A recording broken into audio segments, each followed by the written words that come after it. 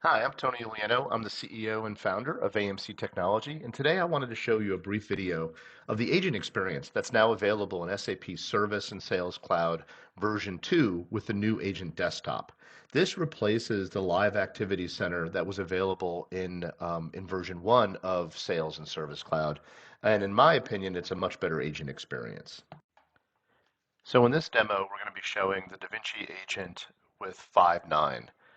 So you can see the DaVinci Agent launches on the right-hand side, and then we render the 5.9 UI as well. And when the agent goes ready, you'll see that the screen pop occurs on the left-hand side.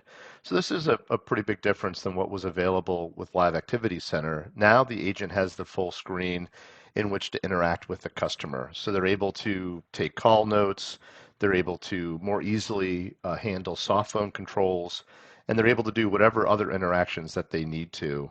And so this is just a very brief video of the agent desktop that's now available with SAP Service and Sales Cloud, integrated in with DaVinci, and in this case with 5.9. Thanks.